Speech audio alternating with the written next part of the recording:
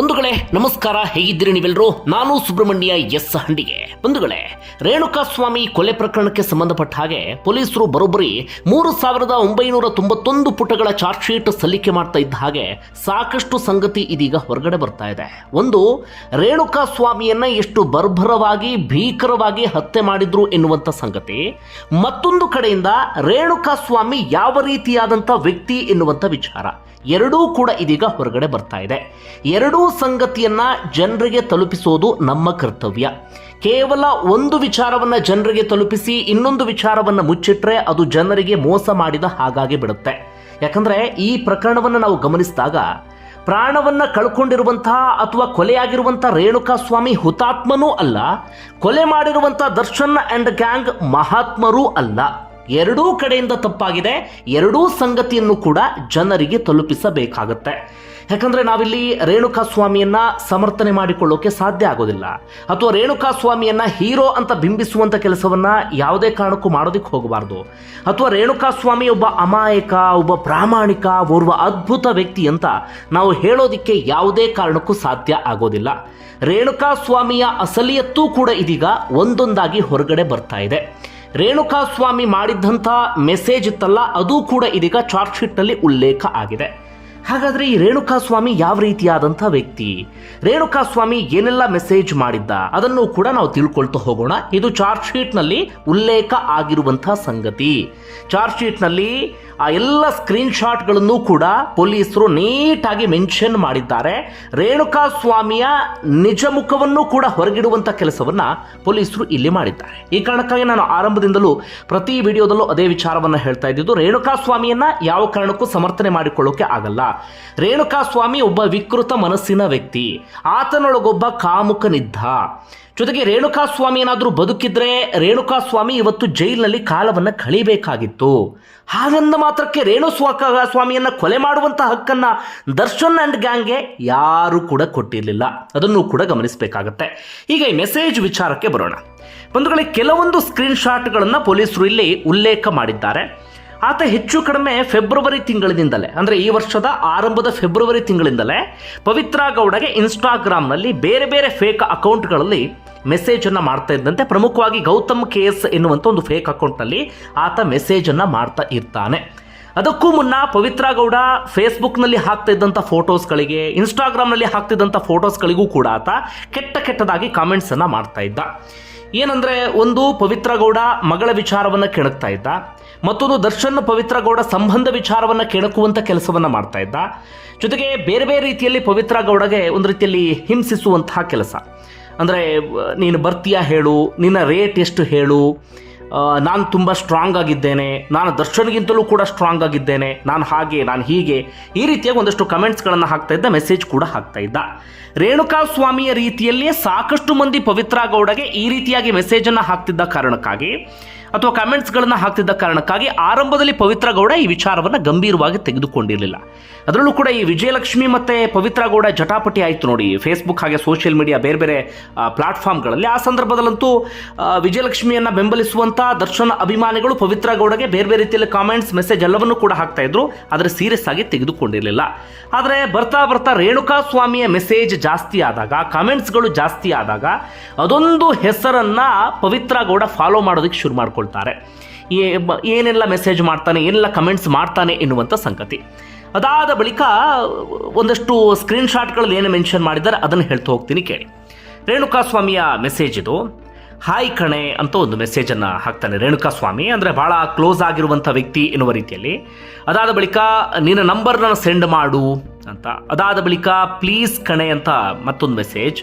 Good night, sweet dreams ಕಣೆ, what you expect me, ನನ್ನಿಂದ ನೀನೇನು ನಿರೀಕ್ಷೆ ಮಾಡ್ತೀಯಾ, ನಂದು ನೋಡ್ತೀಯಾ ಹೇಳು, ನಂದು ಕಳಿಸ್ಲಾ ಫೋಟೋ, ಅಂದರೆ ಮರ್ಮಾಂಗದ ಫೋಟೋ ವಿಚಾರವನ್ನು ಆತಲ್ಲಿ ಮೆನ್ಷನ್ ಮಾಡಿದ್ದು.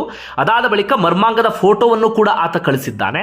ಅದಾದ ನಂತರ ವಾವ್ ಸೂಪರ್ ಬ್ಯೂಟಿ, ಸಖತ್ತಾಗಿದ್ದೀಯಾ ನೀನು, ಹಾರ್ಟ್ ಆ್ಯಂಡ್ ಸೆಕ್ಸಿ ಫಿಗರ್ ಕಣೆ ನೀನು, ಫ್ಯಾನ್ ಆಗಿಬಿಟ್ಟೆ ಕಡೆ ನಾನು ನಿನ್ನ ಬ್ಯೂಟಿಗೆ, ಈ ರೀತಿಯಾಗಿ ಒಂದಷ್ಟು ಮೆಸೇಜ್ಗಳನ್ನು ಆತ ಹಾಕಿದ್ದಾನೆ. ಆದರೆ ಯಾವ ಮೆಸೇಜ್ಗೂ ಕೂಡ ಪವಿತ್ರ ಗೌಡ ಕಡೆಯಿಂದ ರಿಪ್ಲೈ ಬಂದಿಲ್ಲ. ತನ್ನ ಪಾಡಿಗೆ ತಾನು ನಿರಂತರವಾಗಿ ಇಂಥ ಒಂದಷ್ಟು ಮೆಸೇಜ್ಗಳನ್ನು ಕಳಿಸ್ತಾನೆ ಇದ್ದ ಈತ. Continuously message.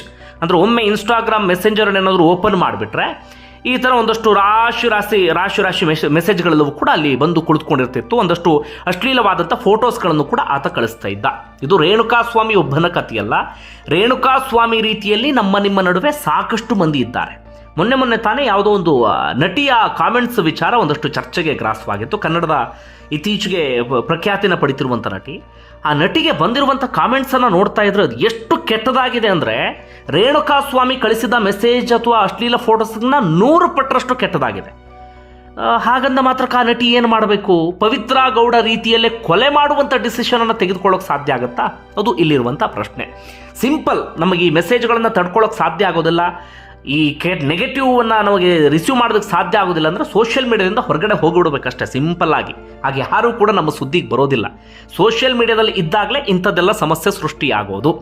ಇನ್ನು ಸೋಷಿಯಲ್ ಮೀಡಿಯಾದಲ್ಲಿ ಇರಬೇಕು, ನಮ್ಮ ರೀಲ್ಸ್ಗೆ ಲೈಕ್ಸ್ ಬರಬೇಕು, ನಮಗೆ ಪ್ರಚಾರ ಸಿಗಬೇಕು ಅಂತ ಆದರೆ ನಾವು ಇಂಥದ್ದನ್ನು ರಿಸೀವ್ ಮಾಡೋದಕ್ಕೂ ಕೂಡ ರೆಡಿ ಆಗಿರಬೇಕಾಗತ್ತೆ. ಓಕೆ, ಮುಂದಿನ ಮೆಸೇಜನ್ನು ಗಮನಿಸೋಣ. ಇಷ್ಟೆಲ್ಲ ಆಗ್ತಾ ಇದ್ದ ಹಾಗೆ ಪವಿತ್ರ ಗೌಡ ಕಡೆಯಿಂದ ಇನ್ಸ್ಟಾಗ್ರಾಮ್ನಲ್ಲಿ ರಿಪ್ಲೈ ಬರುತ್ತೆ, ಡ್ರಾಪ್ ಮೀ ಯುವರ್ ನಂಬರ್ ಅಂತ. ಅಂದರೆ ಪವಿತ್ರ ಗೌಡ ಅಷ್ಟೊತ್ತಿಗಾಗಲೇ ಮಾನಸಿಕವಾಗಿ ಸಿದ್ಧ ಆದ ಹಾಗೆ ಕಾಣಿಸ್ತಾ ಇದೆ. ಅಂದರೆ ಇದೆಲ್ಲದರಿಂದಲೂ ಕೂಡ ಸಿಟ್ಟಿಗೆದ್ದು ಕೋಪಗೊಂಡು ಪವಿತ್ರ ಗೌಡ ಈತನಿಗೊಂದು ಗತಿ ಕಾಣಿಸ್ಬೇಕು ಅಂತ ಸಿದ್ಧತೆಯನ್ನು ಮಾಡಿಕೊಂಡ ಹಾಗೆ ಕಾಣಿಸ್ತಾ ಇದೆ. ಇಷ್ಟು ಆಗ್ತಾ ಇದ್ದ ಹಾಗೆ ರೇಣುಕಾಸ್ವಾಮಿ ಬಹಳ ಖುಷಿಯಲ್ಲಿ, ಆದರೂ ಒಂದು ಡೌಟಲ್ಲಿ, ನಿನ್ನ ನಂಬರನ್ನು ಸೆಂಡ್ ಮಾಡು ಪ್ಲೀಸ್ ಕಣೆ ಅಂತ ರಿಪ್ಲೈ ಮಾಡ್ತಾನೆ. ಪವಿತ್ರ ಗೌಡ ಒಂದು ನಂಬರನ್ನು ಮೆನ್ಷನ್ ಮಾಡಿ please call on this number ಅಂತ ರಿಪ್ಲೈ ಮಾಡ್ತಾಳೆ. ಅಂದರೆ ಅದು ಪವಿತ್ರ ಗೌಡ ನಂಬರ್ ಅಲ್ಲ, ಪವಿತ್ರ ಗೌಡ ಸಹಾಯಕ ಆಗಿರುವಂಥ ಪವನ್ ನಂಬರ್ ಅದು. ಅದಾದ ಬಳಿಕ ರೇಣುಕಾಸ್ವಾಮಿ ಓಕೆ ಥ್ಯಾಂಕ್ಸ್ ಕಣೆ, ಅದು ನಿಜವಾಗ್ಲೂ ನಿನ್ನ ನಂಬರ ಹೇಳು ಅಂತ ಕೇಳ್ತಾನೆ. Pavithra Gowda S call me ಅಂತ ಒಂದು ಮೆಸೇಜನ್ನು ಹಾಕ್ತಾಳೆ. ಅಲ್ಲಿಗೆ ಇನ್ಸ್ಟಾಗ್ರಾಮ್ನಲ್ಲಿ ಇವರಿಬ್ಬರ ನಡುವಿನ ಚಾಟಿಂಗ್ ಅಲ್ಲಿಗೆ ಸ್ಟಾಪ್ ಆಗಿ ಬಿಡುತ್ತೆ. ಅದಾದ ಬಳಿಕ ಅದು ವಾಟ್ಸಪ್ಪಿಗೆ ಶಿಫ್ಟ್ ಆಗಿ ಬಿಡುತ್ತೆ. ಅವತ್ತೇನಾದರೂ ಪವಿತ್ರ ಗೌಡ ರಿಪ್ಲೈ ಮಾಡಿಲ್ಲ ಅಂತಾಗಿದ್ರೆ, ಪವಿತ್ರ ಗೌಡ ಆತನ ವಿಚಾರವನ್ನು ಆತನ ಹಿನ್ನೆಲೆಯನ್ನು ಕೆದಕೋದಿಕ್ಕೆ ಹೋಗಿಲ್ಲ ಅಂತಾಗಿದ್ರೆ ಇವತ್ತು ದರ್ಶನ್ ಆ್ಯಂಡ್ ಗ್ಯಾಂಗ್ ಜೈಲು ಸೇರುವಂಥ ಪರಿಸ್ಥಿತಿ ಎದುರಾಗ್ತಿರ್ಲಿಲ್ಲ. ರೇಣುಕಾಸ್ವಾಮಿ ಪ್ರಾಣ ಕಳ್ಕೊಳ್ಳುವಂಥ ಪರಿಸ್ಥಿತಿಯೂ ಕೂಡ ಎದುರಾಗ್ತಾ ಇರಲಿಲ್ಲ. ಎಲ್ಲವೂ ಕೂಡ ಸೋಷಿಯಲ್ ಮೀಡಿಯಾಗೆ ಸೀಮಿತ ಆಗಿ ಬಿಡ್ತಾ ಇತ್ತು. ಅದಾದ ಬಳಿಕ ವಾಟ್ಸಪ್ಗೆ ಶಿಫ್ಟ್ ಆಗಿ ಬಿಡುತ್ತೆ. ಯಾಕಂದರೆ ನಂಬರ್ ಸಿಗುತ್ತಲ್ಲ, ರೇಣುಕಾಸ್ವಾಮಿ ತಕ್ಷಣವೇ ವಾಟ್ಸಪ್ನಲ್ಲಿ ಚಾಟಿಂಗನ್ನು ಶುರು ಮಾಡ್ಕೊಳ್ತಾನೆ. ಆದರೆ ಆಗ ಮೆಸೇಜ್ ಮಾಡಿದ್ದು ಪವಿತ್ರ ಗೌಡ ಅಲ್ಲ. ಪವಿತ್ರ ಗೌಡ ಹೆಸರಲ್ಲಿ ಪವಿತ್ರ ಗೌಡರ ಸಹಾಯಕ ಆಗಿರುವಂಥ ಪವನ್ ರಿಪ್ಲೈ ಮಾಡೋದಕ್ಕೆ ಶುರು ಮಾಡ್ಕೊಳ್ತಾನೆ.